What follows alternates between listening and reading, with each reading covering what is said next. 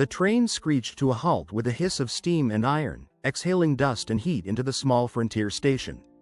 The platform was little more than weathered planks and hope worn thin by years of disappointment. Men stood scattered along the edge, ranchers, farmers, widowers, each shifting their weight, adjusting their hats, pretending not to look too eager. Clara Whitmore remained seated inside the railcar long after the other women had stepped down.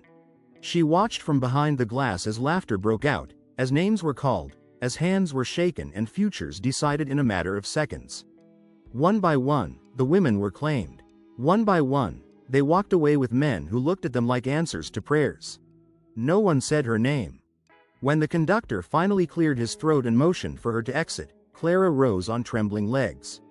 She gathered her single suitcase, the leather cracked, the handle mended twice, and stepped down into the sunlight. The platform felt suddenly too large. Too quiet. A breeze lifted the hem of her plain blue dress. It had been her best one once. Now it felt like a costume worn for a role no one wanted her to play. The station master glanced at his clipboard, then at her. Name? Clara Whitmore, she said softly. He checked the list again, slower this time. Then he looked up with an apologetic shrug. Looks like no one requested you. The words landed heavier than she expected. No one wanted her. She nodded, forcing composure. She had been unwanted before. She could survive it again. Around her, the men drifted away, already discussing dinner plans and fence repairs. Horses were mounted, wagons creaked forward, the future moved on without her. Clara stepped aside with her suitcase and sat on the edge of a crate. The sun dipped lower, the shadows stretched long. She did not cry. She had promised herself she would not. That was when she heard the small voice. Soft, clear, certain. Papa? Clara looked up. A man stood a short distance away, tall and broad-shouldered, his coat worn but clean. His hat was pushed back slightly, revealing tired eyes and a face marked by grief rather than age. He hadn't joined the other men. He hadn't stepped forward at all. Beside him stood a little girl, no more than 5, her dark hair braided neatly, her hand clutching his fingers with quiet determination. The child stared at Clara with open curiosity. Then she tugged her father's hand and whispered, loud enough for Clara to hear. Can she be my mommy? The world seemed to stop.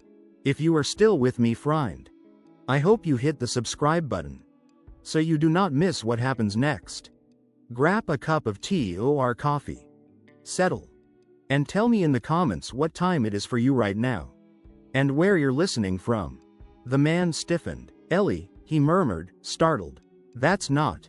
But the girl did not look away. Her eyes stayed fixed on Clara's face, studying her with a seriousness far beyond her years. Clara felt something crack inside her chest. The man cleared his throat and stepped forward. I'm sorry, he said quickly. She lost her mother last winter. She asks things like that sometimes. Clara stood, smoothing her dress out of habit. It's all right, she said. Her voice was steady, though her heart was not. The man hesitated. You were waiting? Yes, Clara answered honestly. But it seems I wasn't expected. The child frowned. That's not fair, she said. Her father sighed softly. Ellie. You said everyone deserves a home, the girl insisted. The man looked at Clara again, really looked this time. He noticed the careful posture, the quiet dignity, the exhaustion hidden beneath restraint. I'm Thomas Hale, he said. I run a small ranch north of here. Clara nodded. Clara Whitmore. There was an awkward pause, thick with what-ifs. Ellie stepped closer to Clara, her small boots scuffing the dirt. We have a spare room, she offered helpfully. And a cat, and pancakes on Sundays. Thomas winced. Ellie? Clara looked down at the child. Her eyes burned. She had come west expecting rejection. But not this fragile, dangerous hope. I wouldn't want to impose, Clara said quietly. Thomas rubbed the back of his neck. Truth is, he admitted, I didn't send for a bride. I came because Ellie asked. She thought maybe I'd change my mind. Ellie squeezed his hand. I thought God might help. The words struck something deep and aching. The station master cleared his throat nearby. Last train back east leaves in the morning, he said to Clara. If you're not claimed. Claimed. Thomas looked at his daughter. Then at Clara. Then back at the road that led home, lonely, quiet, unchanged. If you need a place for the night, he said slowly, the ranch isn't much, but it's warm. No expectations, no promises. Ellie beamed. Clara felt the weight of choice press down on her. She could leave. She could go back to a life that had already told her she was too much or not enough. Or she could take one step into the unknown. She picked up her suitcase. One night, she said, "Thank you."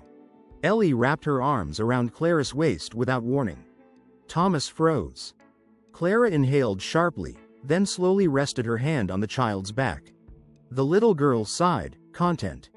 And somewhere between the train whistle and the setting sun, Clara felt something she had not felt in a very long time. Not hope, but the fragile beginning of belonging. The wagon rolled away in a cloud of dust, leaving Eleanor standing alone at the edge of the ranch road with her small suitcase at her feet. For a long moment, she didn't move. She simply stood there, staring at the house in the distance, a weathered wooden structure with a sagging porch, framed by cottonwood trees and open land stretching endlessly behind it. This was not how she had imagined her arrival. There had been no man waiting with flowers or an awkward smile. No hopeful glance, no greeting that said welcome home. Only the driver's brief nod and the sound of wheels fading into silence. Eleanor swallowed and lifted her suitcase, the handle rough in her palm. Each step toward the house felt heavier than the last, her boots sinking slightly into the dry earth. She told herself she was used to disappointment, used to being overlooked. Still, the ache in her chest tightened with every yard she crossed. As she reached the porch, the screen door creaked open. A man stepped out. He was taller than she expected, broad-shouldered, his posture stiff as if unused to standing still. His face was lined in a way that spoke not of age, but of loss, eyes too guarded, jaw set as though he'd learned long ago not to hope for much. Thomas Hale. The name from the letters. For a heartbeat, they only looked at each other. Eleanor waited for recognition, for relief, for something that said you belong here. Instead, confusion flickered across his face. "You're the bride?" he asked finally, his voice low and uncertain. Eleanor nodded, heat rising in her cheeks. "Eleanor." Thomas exhaled slowly, running a hand through his dark hair. I wasn't sure you'd come." That stung more than she expected. "I almost didn't," she admitted. "But I'm here." Silence settled between them, thick and uncomfortable. Then a small figure appeared behind Thomas, peeking out from the shadow of the doorway. A little girl. She couldn't have been more than 6. Her hair was the color of wheat in summer, loosely braided and slipping free around her face. She clutched a worn cloth doll against her chest, eyes wide and curious. Eleanor's breath caught. The child studied her with open fascination, then stepped forward, barefoot on the wooden porch. "Papa," the girl whispered, tugging gently at Thomas's sleeve. "Is she staying?" Thomas stiffened. "Lily," he said softly. "Go inside." The girl didn't move. Instead, she looked directly at Eleanor, really looked at her, as if seeing something no one else ever had. Eleanor felt tears threaten, uninvited and sudden. "I can help," Eleanor said quietly, unsure why the words came out that way. "With anything." Thomas nodded once, though his expression remained guarded. "You should come in." The house smelled of wood smoke and simple meals. It wasn't unkind, but it was empty in a way that echoed. The furniture was sturdy, practical.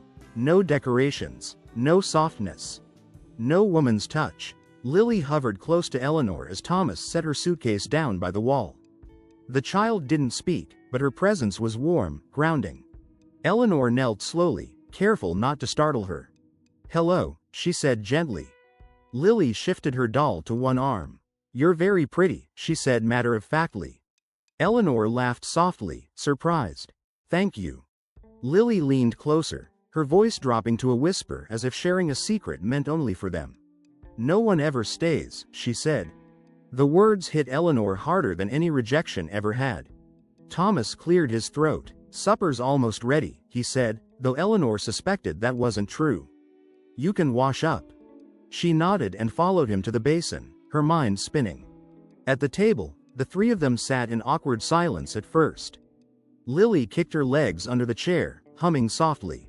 Eleanor noticed how Thomas watched his daughter, not with ease, but with a careful attentiveness, as if afraid of failing her. Halfway through the meal, Lily suddenly looked up. "Do you know how to braid hair?" she asked Eleanor. Eleanor smiled. "I do." Lily's eyes lit up. She slid off her chair and walked over without hesitation, turning her back and lifting her hair. Thomas froze. Eleanor hesitated only a second before gently weaving the strands together, her fingers remembering something tender and familiar. Lily sighed contentedly. When Eleanor finished, Lily turned, beaming. Then, without warning, she wrapped her arms around Eleanor's waist and held on. Eleanor stiffened in surprise, then slowly placed a hand on the child's back. It felt right. Too right. Lily pulled back just enough to look up at her, eyes serious now. "Can you be my mommy?" she whispered. The room went very still. Thomas stood abruptly. "Lily." But Eleanor was already kneeling, tears spilling freely now. "I don't know if I can replace anyone," she said softly. "But I can care about you. Very much." Lily smiled, as if that answer was more than enough. She took Eleanor's hand and held it tight. And for the first time since Eleanor stepped off that wagon, the house felt less empty. Lily hovered close to Eleanor as Thomas set her suitcase down by the wall. The child didn't speak, but her presence was warm, grounding. Eleanor knelt slowly, careful not to startle her. "Hello," she said gently. Lily shifted her doll to one arm. "You're very pretty," she said matter-of-factly. Eleanor laughed softly, surprised. "Thank you." Lily leaned closer, her voice dropping to a whisper as if sharing a secret meant only for them. "No one ever stays," she said. The words hit Eleanor harder than any rejection ever had. Thomas cleared his throat. "Supper's almost ready," he said, though Eleanor suspected that wasn't true. "You can wash up." She nodded and followed him to the basin, her mind spinning. At the table, the three of them sat in awkward silence at first. Lily kicked her legs under the chair, humming softly. Eleanor noticed how Thomas watched his daughter, not with ease, but with a careful attentiveness, as if afraid of failing her. Halfway through the meal, Lily suddenly looked up. "Do you know how to braid hair?" she asked Eleanor. Eleanor smiled. "I do." Lily's eyes lit up. She slid off her chair and walked over without hesitation, turning her back and lifting her hair. Thomas froze. Eleanor hesitated only a second before gently weaving the strands together, her fingers remembering something tender and familiar. Lily sighed contentedly. When Eleanor finished, Lily turned, beaming. Then, without warning, she wrapped her arms around Eleanor's waist and held on. Eleanor stiffened in surprise, then slowly placed a hand on the child's back. It felt right. Too right. Lily pulled back just enough to look up at her, eyes serious now. "Can you be my mommy?" she whispered. The room went very still. Thomas stood abruptly. "Lily." But Eleanor was already kneeling, tears spilling freely now. "I don't know if I can replace anyone," she said softly. "But I can care about you. Very much." Lily smiled, as if that answer was more than enough. She took Eleanor's hand and held it tight. And for the first time since Eleanor stepped off that wagon, the house felt less empty. The honesty in his voice startled her.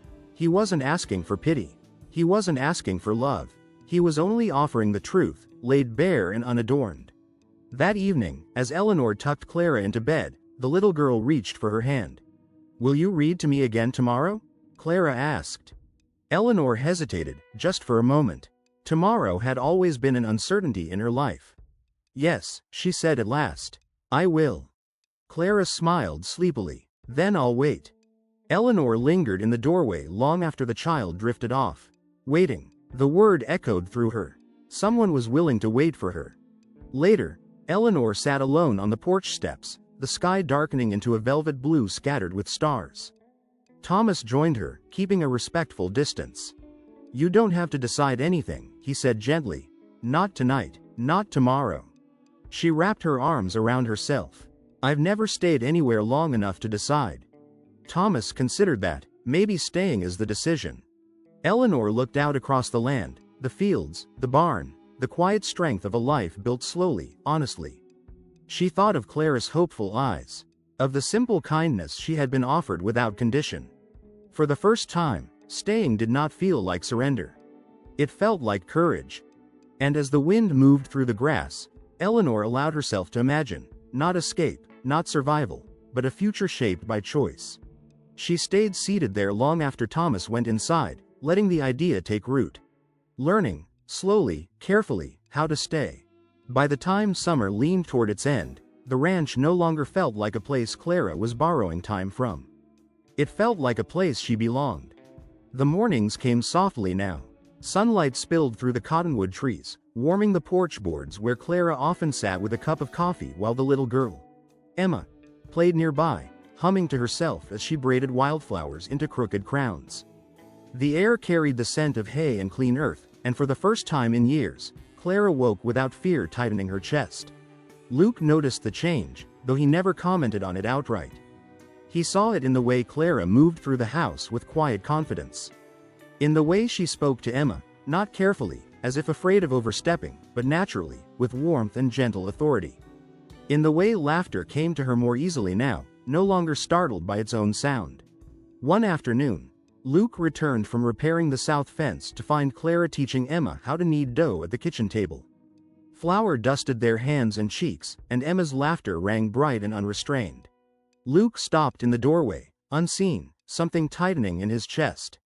This was the picture he had never allowed himself to imagine again. Emma looked up first. "Papa, look, Clara says bread rises better if you talk nice to it." Clara flushed, glancing toward Luke. "I read it somewhere. Might not be true." Luke smiled softly. "Seems to be working." The dough had risen beautifully. That evening, after Emma had been tucked into bed and the house had settled into its familiar quiet, Luke and Clara sat on the porch together. Fireflies flickered across the darkening fields, their soft glow rising and falling like breathing stars. Clara wrapped her shawl tighter around her shoulders. "I was thinking today," she said quietly. Luke waited. "I never meant to stay this long," she continued. "When I first arrived, I thought I'd be gone within a week. I kept telling myself not to get comfortable." Luke nodded once. "I figured. But then Emma started calling for me when she woke from bad dreams," Clara said, her voice unsteady. "And I started planning meals instead of just eating what was there. And somewhere along the way, this place stopped feeling temporary." Luke's hands rested on his knees, still. "That frighten you?" "Yes," she admitted, "and no." He turned to her then, really looking at her. "You don't owe us anything, Clara. You know that." "I know." She met his gaze. "That's why this matters." The silence between them stretched, comfortable but heavy with meaning. "Luke," she said softly, "what happens when the town realizes I'm still here?" He exhaled slowly. "They'll talk." "And when they talk about me?" she asked. "About my past?" "They already do," he said simply. "They always will." Clara swallowed. "And Emma?" Luke's jaw tightened. "Anyone who says a word around her answers to me." Clara smiled faintly, then grew serious. "I don't want to be someone who just passes through her life. She's already lost too much." Luke looked out over the land, his voice low. "So have you." The truth of it settled between them. A few days later, the choice came sharper than either of them expected. A man rode up to the ranch just before dusk, well-dressed, city clean, with papers folded neatly inside his coat. He spoke politely, efficiently. He had come on behalf of a distant relative. Someone who had heard Clara was alive. Someone who believed she belonged elsewhere. Clara listened from the porch, her heart pounding. The offer was safety, stability, a life that required nothing from her except silence and gratitude. Luke said nothing. He didn't argue. He didn't interrupt. When the man left, dust trailing behind his horse, the ranch felt suddenly fragile. They stood facing each other in the yard. "You could go," Luke said quietly. "No one would blame you." "I know," Clara replied. Emma watched from the porch steps, clutching her doll. Clara knelt in front of her. "Sweetheart," she said gently, "do you remember when you asked me something the first night I stayed?" Emma nodded. "I asked if you could be my mommy." Clara's throat tightened. "Do you still want that?" Emma didn't hesitate. She wrapped her arms around Clara's neck. "Yes." Clara closed her eyes, holding her close. When she stood again, she turned to Luke. Her voice was steady, even though her hands trembled. "I'm not leaving." Luke searched her face. "Clara." "I choose this," she said. "I choose Emma. I choose this life. If you'll have me." Luke's breath caught. "You already belong here," he said softly. "We both know that." The wind stirred through the fields, carrying the scent of late summer and the promise of harvest. Clara felt something settle inside her, something she hadn't realized she'd been carrying all her life. For the first time, she hadn't been chosen. She had chosen. And that made all the difference. Morning came gently to the ranch, as if it understood the fragility of what had been built there. The sun rose slow and warm, spilling gold across the fields and the small white house that no longer felt temporary. Eleanor stood at the window, watching dust drift along the road, her hand resting unconsciously over her heart. Behind her, Lily slept curled beneath a quilt, one small hand clutching the edge like it was an anchor. Eleanor watched her chest rise and fall, steady and peaceful, and something inside her settled at last.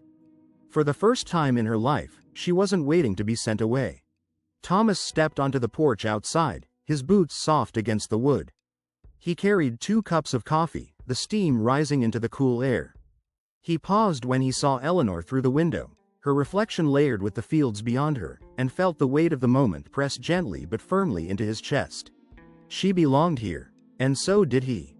They had lived together in careful quiet for weeks. Shared meals, shared chores, shared silences that no longer felt awkward. But there were words they had not yet spoken aloud. Truths that hovered between them, waiting for courage. Lily woke later that morning with a shy smile and hair tangled in every direction. She padded into the kitchen barefoot, stopping short when she saw Eleanor at the stove. "You're still here," she said softly. Eleanor turned, knelt, and met her at eye level. "I am." Lily studied her face, searching for cracks, for signs of doubt. Finding none, she wrapped her arms around Eleanor's neck without warning, squeezing tight. Eleanor closed her eyes and held her back, breathing her in, grounding herself in the reality of it. Thomas stood in the doorway, silent, witnessing something sacred. That afternoon, the town came calling. A wagon rolled up the drive carrying the schoolteacher, the preacher's wife, and 2 women Eleanor recognized from the market. They stepped down slowly, eyes curious but not unkind. News traveled fast in small towns, and mail-order brides always drew attention, especially the ones who stayed. Eleanor felt her old instinct rise. The urge to make herself small, to apologize for existing. Thomas noticed. He moved to her side, not touching her, but close enough that she could feel the warmth of his presence. "They're not here to take anything from you," he said quietly. "And neither am I." The women were polite, reserved, but when Lily ran out onto the porch and announced proudly, "This is Eleanor. She's my mommy," the air changed. Not hostility, not judgment. Something softer, something surprise. Eleanor's breath caught. Her heart pounded so hard she thought she might sway. She looked down at Lily, who stood tall and fearless, daring the world to argue. No one did. The preacher's wife smiled first. "Then we're glad she found you," she said to Eleanor. Something unlocked inside her at that moment. Not because of approval, but because she realized she no longer needed it.